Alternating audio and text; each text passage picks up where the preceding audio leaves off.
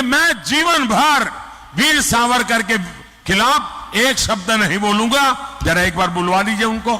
कभी शिवसेना की पहचान यहां घुसपैठियों के खिलाफ खड़े होने की थी, आज वही नकली शिवसेना सीएए का विरोध कर रही है। लेकिन इंडिया गाड़ी वाले दलित, पिछड़े, आदिवासियों के हक का आरक्षण छीनकर धर्म के आधार पर वोट जिहाद करने वालों को देना चाहते हैं। मोदी के पास 10 साल का रिपोर्ट कार्ड है और 25 साल का रोड मैप भी है।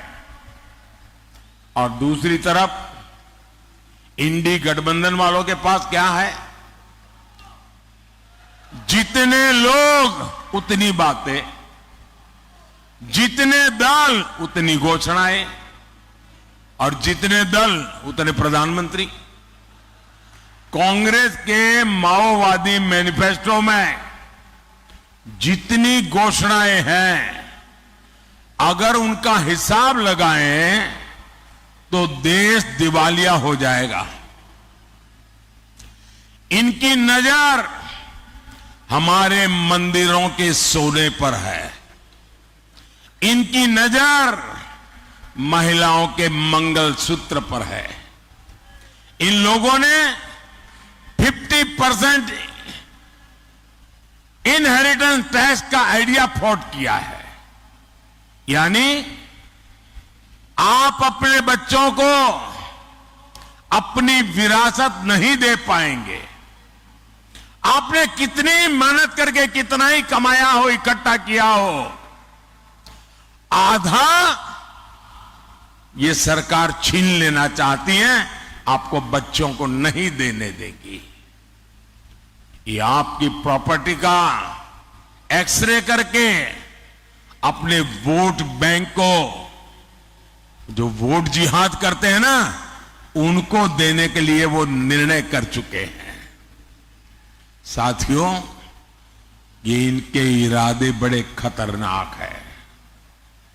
कांग्रेस के लिए ये अस्तित्व बचाने की लड़ाई है। वो किसी भी हद तक जा सकती है। साथियों, मुंबई तो भारत का इकोनॉमिक पावर हाउस है। आप देखिए, 10 साल पहले शेयर बाजार कहां था और आज कहां है। आज देश के लाखों लाख छोटे छोटे निवेशक बाजार से जुड़े हैं। दुनिया के 4th लार्जेस्ट स्टॉक मार्केट पर देश दुनिया का भरोसा बढ़ता जा रहा है। इंडिया गाड़ी वाले जो साजिश से रच रहे हैं, उसका एक मकसद इस भरोसे को भी तोड़ना है। मैं आपको सावधान कर रहा हूं, कांग्रेस और इंडिया गाड़ी की माओवादी इकोनॉमिक्स मुंबई के पहिए ही जाम कर देगी। दोस्तों, मैं कल्पना करता हूं कि इनकी सोच देश के लिए कितनी बड़ी भयंकर आर्थिक स्थिति पैदा कर सकती है। साथियों, मुंबई चैत्य भूमि से प्रेरणा पाती है।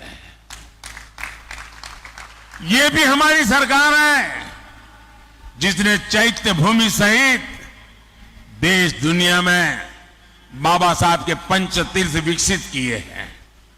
साथियों, शिव तीर्थ की इस भूमि में यहां कभी बाबा साहब ठाकरे और वीर सावरकर की हुंकार गूंजी थी।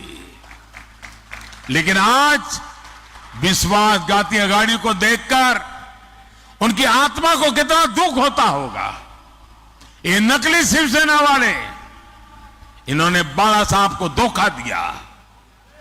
इन्होंने शिव सैनिकों के बलिदान को धोखा दिया। सत्ता के लिए ये राम मंदिर को गाली देने वालों के साथ चले गए। सत्ता के लिए ये मुंबई हमले के बाद पार्टी कर रहे लोगों के साथ चले गए। जो कांग्रेस दिन रात वीर सावरकर को गालियां देती है, आज उसकी गोद में बैठे हैं। और मैं मैं एनसीपी के नेता को चुनौती देता हूं, आप राहुल से बयान करवाइए कि वो जीवन में कभी भी वीर सावरकर का अपमान नहीं करेगा। जब एक बयान करवा दीजिए।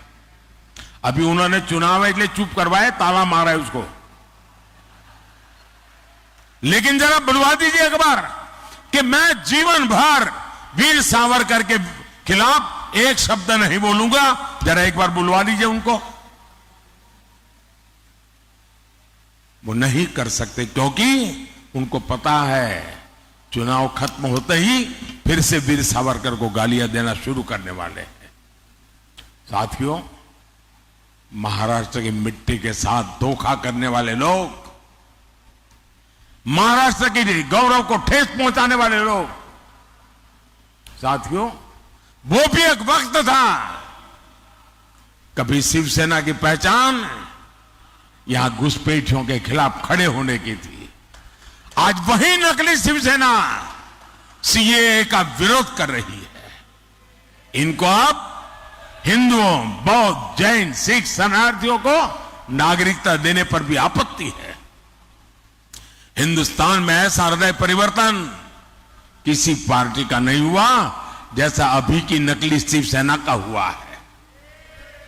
साथियों, अपने वोट बैंक को खुश करने के लिए, तुष्टीकरण के लिए इस पूरी अघाड़ी ने पूरी मुंबई को, पूरे देश को धोखा दिया है। जिस कसाब ने मुंबई करों को दहलाया, इस शहर को खून से रंग दिया, ये लोग उसको क्लीन चिट दे रहे हैं। जिस पाकिस्तान की आज दुनिया में कोई नहीं सुन रहा, ये अघाड़ी वाले सर्जिकल और एयर स्ट्राइक पर उसी पाकिस्तान की भाषा बोल रहे हैं। ये हमारी सेना को झूठा करार दे रहे हैं। छत्रपति शिवाजी महाराज की इस धरती का इससे बड़ा अपमान और क्या होगा। साथियों, इंडी अघाड़ी वाले लगातार बाबा साहब आंबेडकर का, हमारे संविधान का भी अपमान कर रहे हैं। बाबा साहब धर्म के आधार पर आरक्षण के खिलाफ थे। पूरी संविधान सभा एक मत हुई थी कि हमारे देश में धर्म के आधार पर आरक्षण नहीं होगा, लेकिन इंडिया अघाड़ी वाले दलित, पिछड़े, आदिवासियों के हक का आरक्षण छीनकर धर्म के आधार पर वोट जिहाद करने वालों को देना चाहते हैं। सत्ता के लिए इनकी धोखेबाजी नहीं चलेगी। आर्टिकल 370 हटाकर देश में एक संविधान लागू कराने वाला मोदी संविधान का सबसे बड़ा रक्षक है। और जो लोग आज संविधान को माथे पर लेकर के नाच रहे, उन्होंने पहले संविधान के शरीर को तोड़ा। हमारे संविधान की जो पहली प्रत है उसमें एक हिस्सा है संविधान के संबंध में लिखा हुआ बातें, दूसरा उसमें चित्रकाम है। वो सब मिलाकर के एक संविधान बना है और इन चित्रों में हजारों साल की हमारी विरासत को चित्रांकित किया गया है। इन्होंने पहला काम किया, पंडित नेहरू ने वो चित्र वाला संविधान अलमारी में रख दिया और सिर्फ बाद में उसकी आत्मा को उन्होंने चूर चूर कर दिया। अब ये लोग संविधान की पीठ पे छुरा भोंकने की कोशिश कर रहे हैं। मैं कांग्रेस को किसी दलित, पिछड़े, आदिवासी का आरक्षण कभी भी छीनने नहीं दूंगा और ये मोदी की गारंटी है। भाइयों बहनों, मैंने लाल किले से कहा था यही समय है, सही समय है, ये भारत का समय है। इस समय का चक्र तेजी से चलता रहे, इसकी बहुत बड़ी जिम्मेदारी मुंबई की है।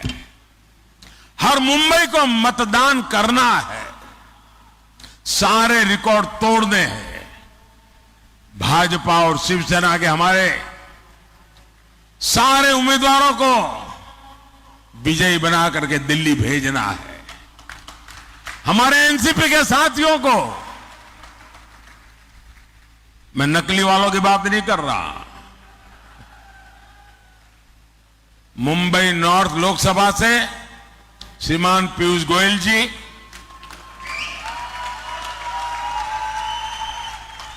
मुंबई नॉर्थ वेस्ट लोकसभा से रविंद्र वायकर जी, मुंबई नॉर्थ ईस्ट लोकसभा से मिहिर कोटेचा जी, मुंबई नॉर्थ सेंट्रल से उज्जवल निगम जी, मुंबई साउथ सेंट्रल से राहुल सोयवाले जी, मुंबई साउथ लोकसभा से श्रीमती यामिनी यादव जी, इन सभी के पक्ष में 20 मई को ज्यादा से ज्यादा मतदान करना है। और जब आपको वोट देंगे ना आप इनको, वो वोट सीधा का सीधा मोदी के खाते में जाएगा।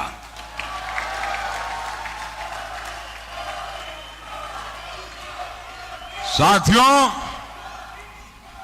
मैं पूरा हिंदुस्तान घूम के आया हूं और मैं विश्वास से कहता हूं, इस बार के चुनाव नतीजे पुराने सारे रिकॉर्ड तोड़ने वाले होंगे।